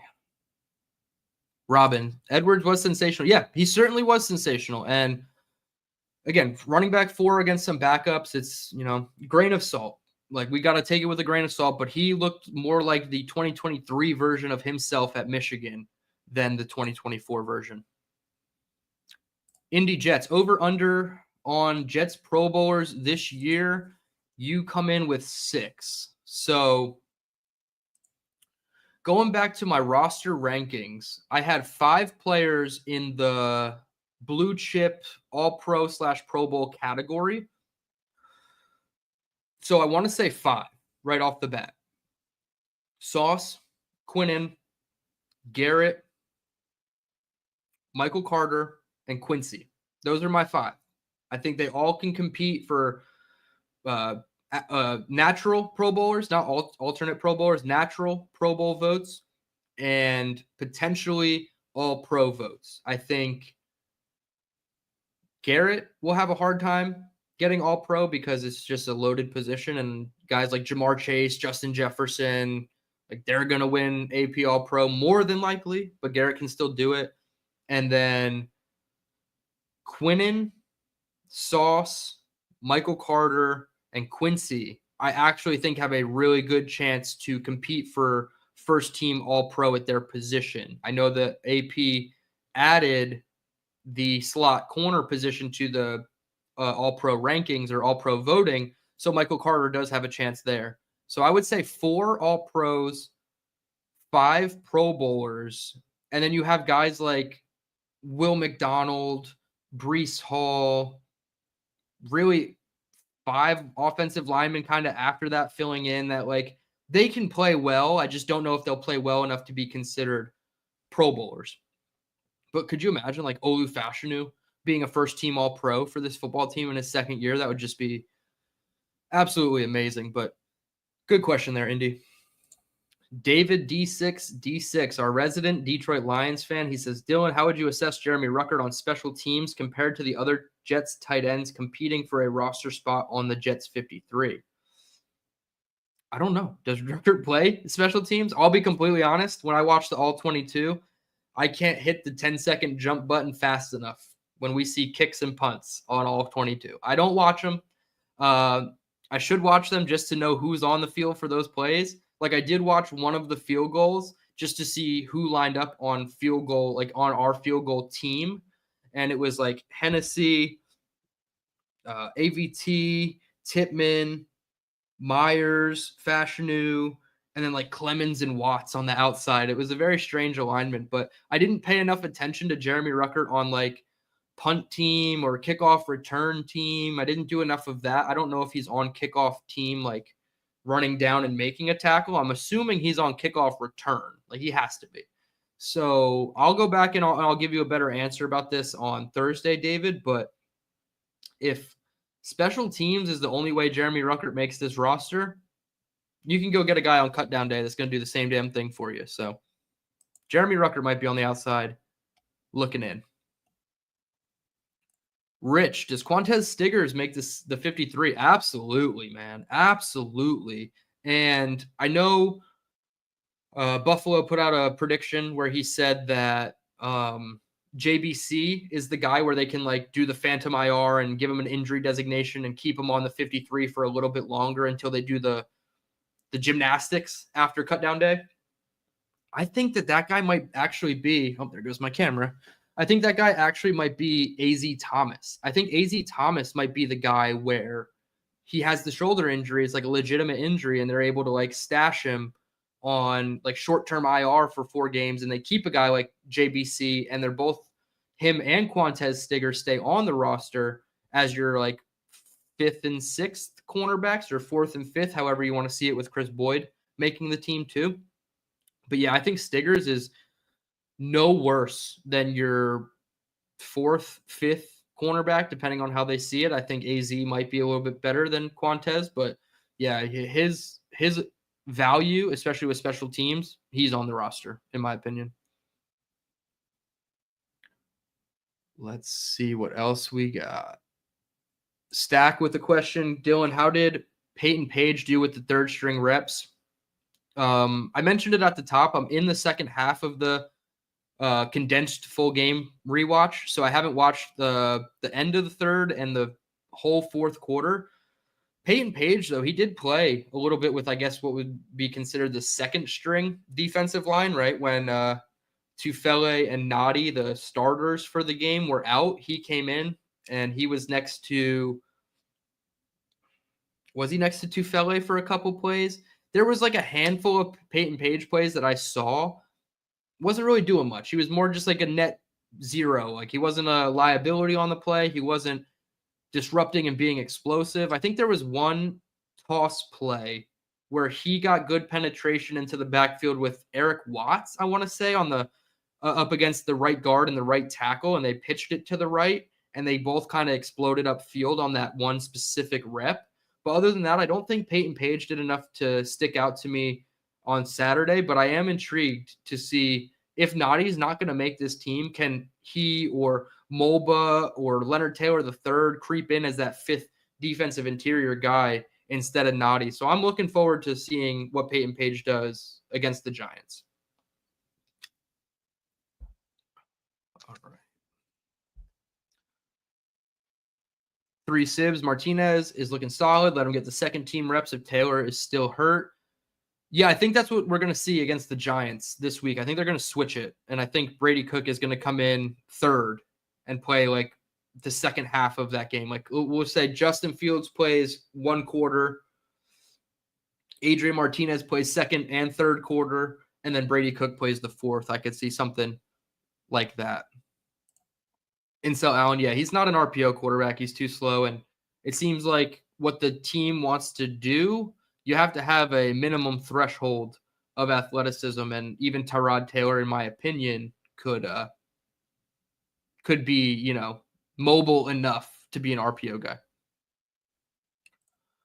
Indy Jets, could you show the play that caused the fight by Clemens? Yes, I will add that into the mix when I go and do the 10-play Justin Fields touchdown drive on Thursday. I will add this into the back end just for you, Indy Jets, and you can see just how easily a hand on Michael Clemens will create all of what we saw. Truly amazing. Eli Betts, did Weaver play? Did he do anything? Yeah, he came in for So Clemens played opposite Will McDonald, and then Eric Watts came in for Michael Clemens after that fight. And then Clemens came back in. So I guess technically Weaver would have been the third string edge on that side.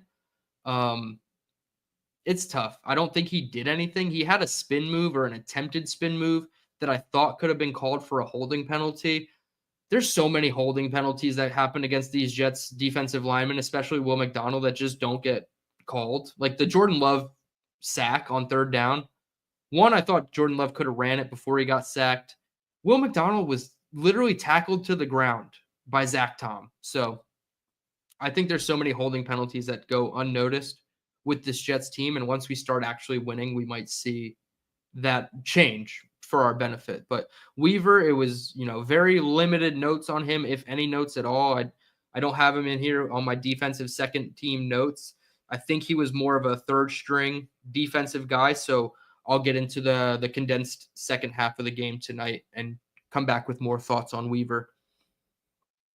Although I will say that I think the training camp buzz for him was a little overhyped. There was a lot of non-padded practices, and he was, winning off the edge. It seemed like against our backup tackles a lot. It wasn't like against Fashanu or Membu. So grain of salt with Weaver, and if he makes it as like the fifth edge, him and Barron as like your third string guys, then, whatever. We could do worse. David says, Dylan, I think you and other Jets fans saw why Dan Campbell valued Steve Hyden greatly. I didn't know that, so that's great information.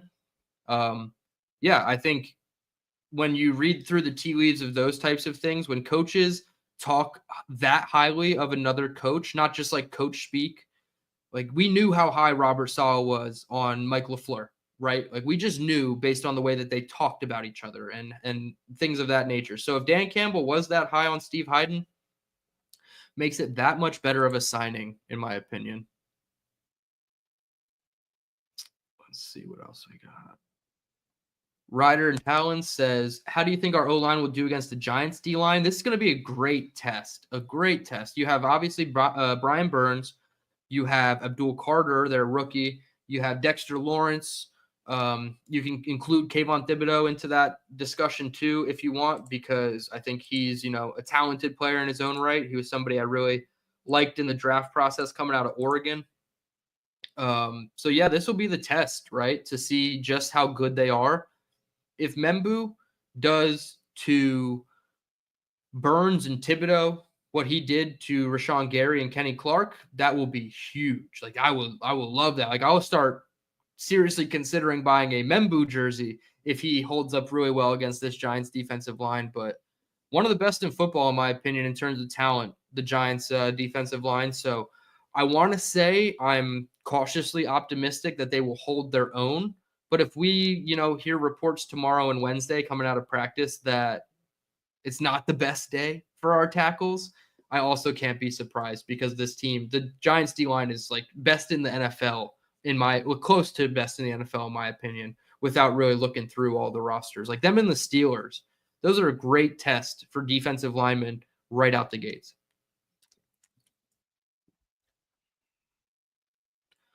Let's see what else we got. Ruckert disappointing. Yeah, he's definitely disappointing. Can't stress how much enough boneheaded penalties disturb AG. He can live with aggressive penalties, but not the type of penalties Clemens makes. Well, that's why there were 4 penalties that I think were very important for this team to have. J. Tufele jumping off sides on the first play of the game. He immediately went, that's on me. I got to be smarter. He didn't get taken off the field. I think that's considered an aggressive penalty, right? He's trying to jump the snap count, trying to gain an advantage on the line of scrimmage. So I don't think that's considered a dumb penalty. The first out of bounds hit, again, Watts was just overcorrecting on the quarterback, hit him at a little bit late out of bounds, didn't get taken off the field. Michael Clemens punches a guy after the whistle and nearly decapitates a referee. Yeah, he's going to get his ass chewed out on the sideline when he gets pulled. And then Marcelino McCreary Ball as well. Stupid penalty, gets taken off the field and chewed out. So I agree. I think we're seeing it right away. AG is not going to stand for that shit. And I love it, quite frankly. Bonesy in here. What's up, man? I appreciate you. AD in the chat. What's up with you, man? I appreciate it. Everybody tuning in. This is great. Had like 60 viewers at one point, close to 70 when we were talking about the personnel and the charting. So Palicar, Dylan's giving us our money's worth. Yeah, man. If you guys enjoy the free version of this channel, you will definitely like what the paid version will come with. Granted, I can do all these things. I don't know how it's going to work and if YouTube will even will let me do the things I want to do. I don't know how this is going to work. This is all going to be a brand new journey for me and all my A1s since day one. If you guys haven't picked up on it by now, that's definitely going to be what the membership names are called. You guys are going to be, if you get a membership, you will be an A1 since day one on the channel. That's what we're going to call you guys. So no terabytes or somebody else, I think, called them like terrorizers. Like, that's not going to be the name of you guys. You guys are going to be the A1s since day one. So David, Dylan will make an outstanding quality control assistant coach with the data and charts he's providing. You know, I actually got this idea from a quality control coach online. He posted like a small snippet of his data set, and I kind of just, I don't want to say copy and pasted it because I've expanded on it so like largely. Also, another person of inspiration for this is Kyle Krabs of Locked On Dolphins and the Draft Dudes Locked On NFL Scouting. He and Joe Marino are two of my favorite podcasters for the last 5, 6, 7 years. And Kyle does a similar thing with the Dolphins. And Kyle even takes it one step further. And this is what I'm trying to get to next year as I reach down here. He draws them all up on note cards like this. And that's the next step. Oh my God, is that a Zach Wilson play? Oh no, that's a Zach Wilson, Corey Davis, Braxton Berrios, Elijah Moore, and Elijah McGuire play. No, Ty Johnson. That's a Ty Johnson play here. Oh my goodness. We're gonna put this back up on the screen for a second. So this is what I'm gonna get at. Like, it's obviously inverted. You're seeing the play backwards as it happened. Everybody remembers this Ty Johnson play where he threw the streak to Ty Johnson and he should not have thrown the streak. I feel like I remember this play right away, but this is the end result of what I want. Plays like this. Like, you guys are going to see a whole playbook drawn out. Like, this is the goal, right? So I'm putting all those charts together so that you guys can get stuff like that. But yeah, Kyle Krabs, and I forget what team it was, but that offensive quality control coach definitely was the inspo there, David. Eli, great work. I appreciate it. Robin, I appreciate you as well. Johnny boy, what's up, bro? I appreciate you. Dylan, with this upcoming game, do you see the starters playing more time? Yeah, I think one quarter for the starters, let's say 3 to 4 drives. Might not be exactly as soon as the quarter ends, the next quarterback's on, but I would say 1 quarter for Fields, 2 quarters for Martinez, or a quarter and a half for Martinez, a quarter and a half for Brady Cook. All right, 6 rings. I'm answering this one time for you. One time as my camera goes, see what you do to me, man? You hack my shit. God damn. Made my camera all blurry, but I'll answer your question anyway. Thoughts on, I assume this is Travion Henderson, rookie running back for the New England Patriots. He had a 100-yard kick return on his very first touch in preseason action. I drafted him in my Dynasty Fantasy League that I do, commissioned by Matt Miller of ESPN. So I did take him in a league that is very important to me, and I'm very excited to have him. Crazy story about Travion Henderson while we're here. We're off the rails a little bit. It's still football talk, but it's a little off the rails as I try to focus up my camera. You guys, I'm sure, have seen those videos of like college towns where some guy with a microphone is making content for TikTok and he goes around asking men and women of the streets just random questions, right?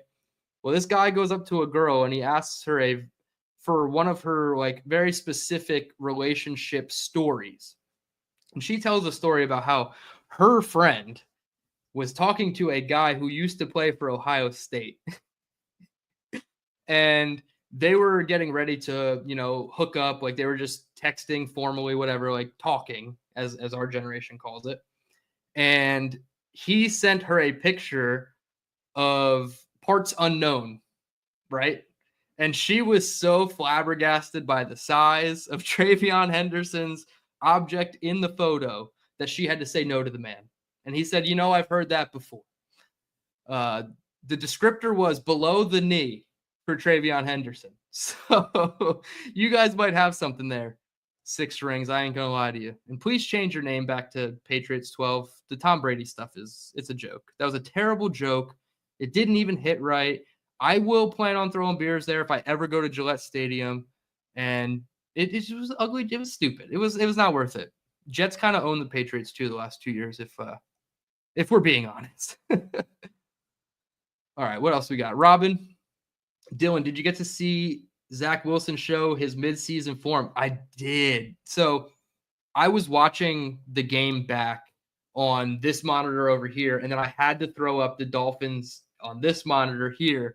And I fast forwarded through Tua's snaps or whatever, and I specifically got to Zach Wilson. And literally the same player he's always been. Short hopping, passes in the flat, trying to throw over the defender on like a bootleg action, and he just can't do it. Still can't do it. Not taking any accountability after his throws. Not like, that's on me, man. That's on me. He's just like talking to himself, probably cursing himself under his breath. But like, dude, you are one hit away from being the guy in Miami, and you haven't shown a lick of development or progression. So yeah, I saw Zach. It was very on brand. Let's see. Do we have any more questions? We're over the hour and a half mark, and I appreciate you guys always for tuning in for so long. These shows have slowly gotten longer and longer. When I first started, they were about an hour. Then they got to an hour 15. My last stream was almost 2 hours because Tyson was so generous and stayed on longer. And then you guys just blew up the chat with tons of great questions. So I'm really excited to continue doing a little bit longer of a show. I'm not sure I can guarantee 2 hours every time, but I feel like 75 to 90 minutes is probably going to be the minimum for these shows here. As long as you guys keep the questions coming, we will continue talking until my throat completely crashes out. All right, Chris B has a question. What is Justin Fields' potential for a strong season with our offense, and whether or not he can maintain the rhythm he showed in the preseason game? That's going to come down to coaching, right? Can the coaching staff keep him, I don't want to say one step ahead, right? But that's kind of like how it feels. Can they keep Justin in the immediate of the game, right? But also, okay, that play happened. Let's get into the next play and have that mentality. And I think Justin has that type of mentality where even if it's a bad play, just erase it and move on, right? I feel like we saw that a lot from Ohio State, Justin Fields. And now I think if that's something they can harp on here, I think it's going to help his consistency a lot more. But I do think he can maintain rhythm. Let's see what happens when there's adversity, right? And the O-line doesn't hold up, or there's a free rusher or what have you. So I do think he can maintain the rhythm as long as the coaching keeps him in that rhythm. Let's see. Ricky, the first of my new jerseys has arrived as Uriah Thomas. I mean, that's just on brand, right? I would expect nothing less from you, Ricky. I'm not going to put your first comment up on the screen, but I agree with you. I like it too. But yeah, that's awesome. 23 jersey. I hope he gets healthy and we can see him in the preseason and help him, get up the depth chart into cornerback 3 territory. Bill M, is this a make or break year for Sean Jefferson since he was carried over? I was almost like, I don't know a Jefferson on our roster, but you have to go to the coaching staff roster for this one. Wide receiver coach Sean Jefferson. I don't think it's make or break for him because he spent time in Detroit. So he has a familiarity with AG, obviously Dan Campbell too, but I don't think it's make or break for him. And there was a reason they kept him around instead of replacing him with a new coach.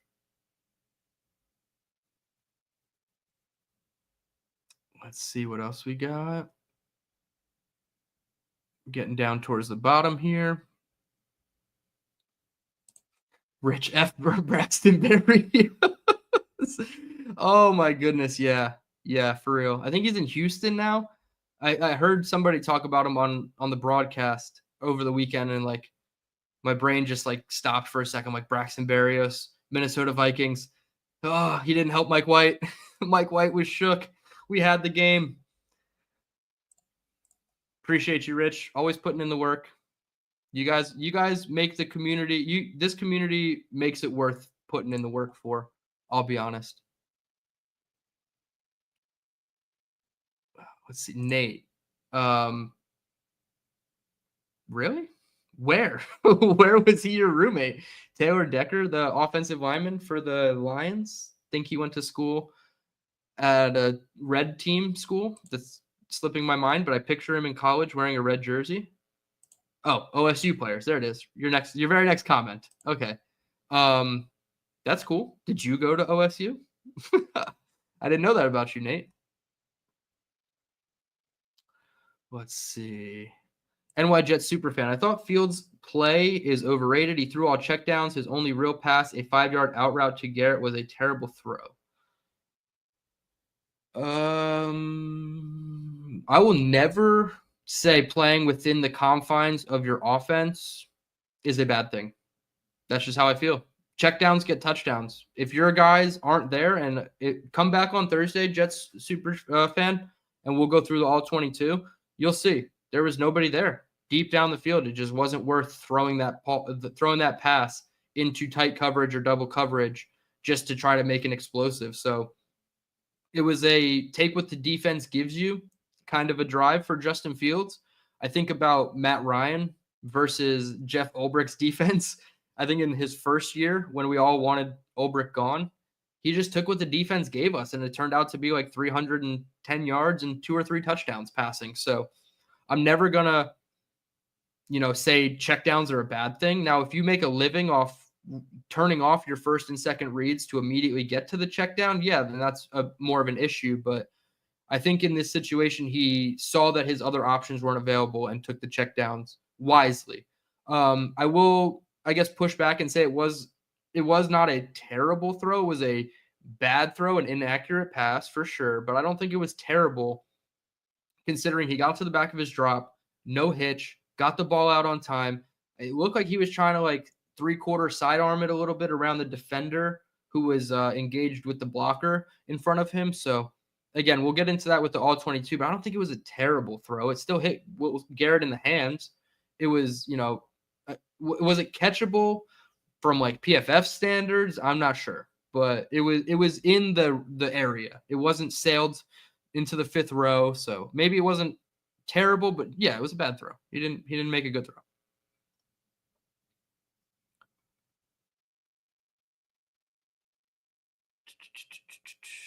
Robin, I appreciate you. With the risk of sounding like an ass kisser, it's okay. We like brown nosers over here, Robin.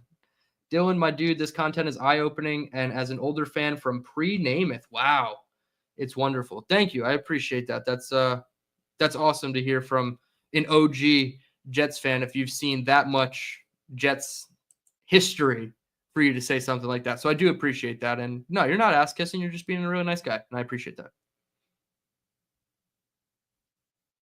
Let's see. Ricky, you bought 2 jerseys of guys that aren't going to make the team? I know who they are.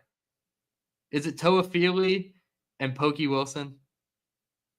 I just have a feeling we know where this is going. No, or is it Derek Noddy? I'm going to go Derek Noddy. Maybe you said it in the chat and other people know. Oh, yeah, here it is. You did say it. 23, so AZ. You got Noddy. You got Pokey Wilson. Who the hell is 38, my guy? Who on Florida State do we have that wears number 38? Let me look at my thing. Who the hell is 38, Ricky? Do we even have a 38 on our team? Ricky, what did you do, my man? Who did you buy? I'm confused. You're going to have to tell me. You're going to have to write it in the chat, Ricky, unless you already did. Alan, this show is still on. One preseason win, and we all get delusional. I mean, I haven't sat up here for the last 110 minutes glazing this team. I've been very objective about this team and what I liked and what I didn't like out of it. If you don't like the fact that I'm staying on longer to engage with the community, that's on you. But a little birdie told me that live streams that are over an hour do good on YouTube. So here we are. We're learning, Alan.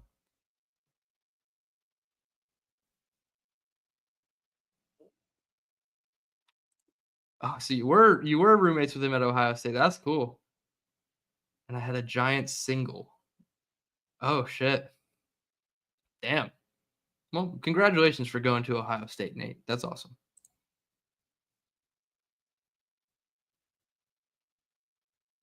Let's see. We'll get a couple more.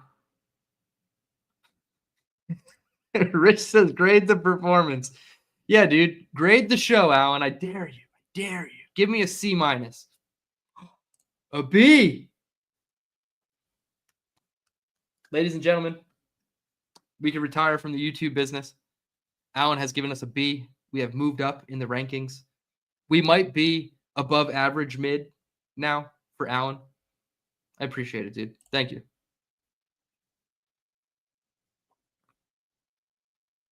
Chris B, I scrolled past this the first time. I apologize. How many carries will be distributed from our running backs?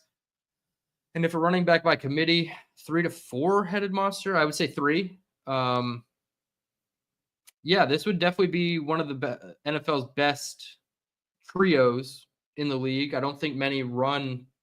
I mean, other than the Detroit Lions, who really has a great 1-2 punch at running back? So the Jets, yeah, they have the ability to be something really special from a running back perspective, league wide at least, in my opinion. The carries distributed, I mean, it seems like Braylon Allen's going to get a lot more carries than I originally thought. I originally said like 60% of the snaps are going to go to Brees, 25% to Allen, and then 25 to 30% to Allen, and then 10 to 15% to Isaiah Davis. But it looks like Braylon Allen's probably going to be closer to like 30%, and then you get Isaiah Davis at 15%, so that's 45, and then we'll give Brees 55%. So we went down a little bit based on what we saw from preseason game 1. Oh, it is Toafili. I said it. So do I just not have his number?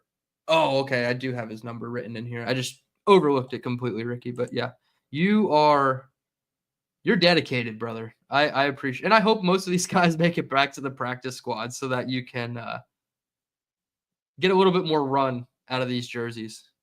Chris with an A+ grade. Hell yeah, Chris. We knew you were going to come in with a great grade. You're awesome. Appreciate it. All righty. Let's see. We got one more from Chris B. Scheme dependent versus player for our Jets players and success for our team. It's very scheme dependent. They're going to tailor the scheme around the players. So it is very player driven, right? If that makes sense.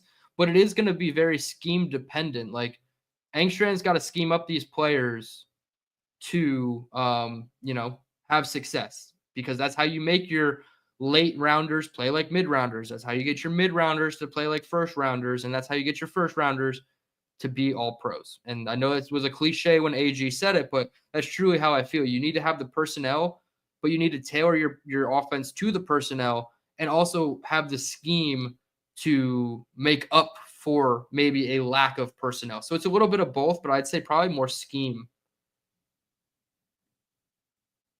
It's scheme dependent based on the players. That's my final ruling, Crispy. So take that how you want. Alan, I'll answer this one for you. It looks like it. They had, what's his name, come in first.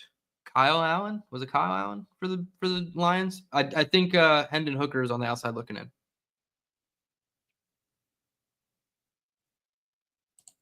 Ricky, no, I don't remember watching any Pokey Wilson on film.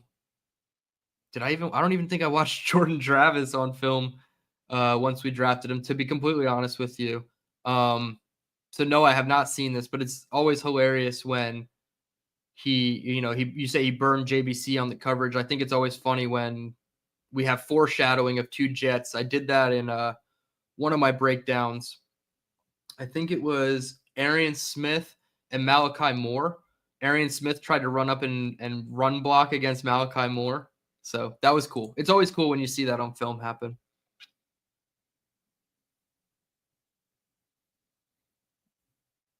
Yeah, definitely tweet it over to me, Ricky. I'll check it out. Oh, Hendon Hooker fumbled a bunch. I didn't know that. I didn't watch far enough into the Lions game to know that he fumbled. I know that there was that scary injury in the Lions game, and I hope that guy's okay.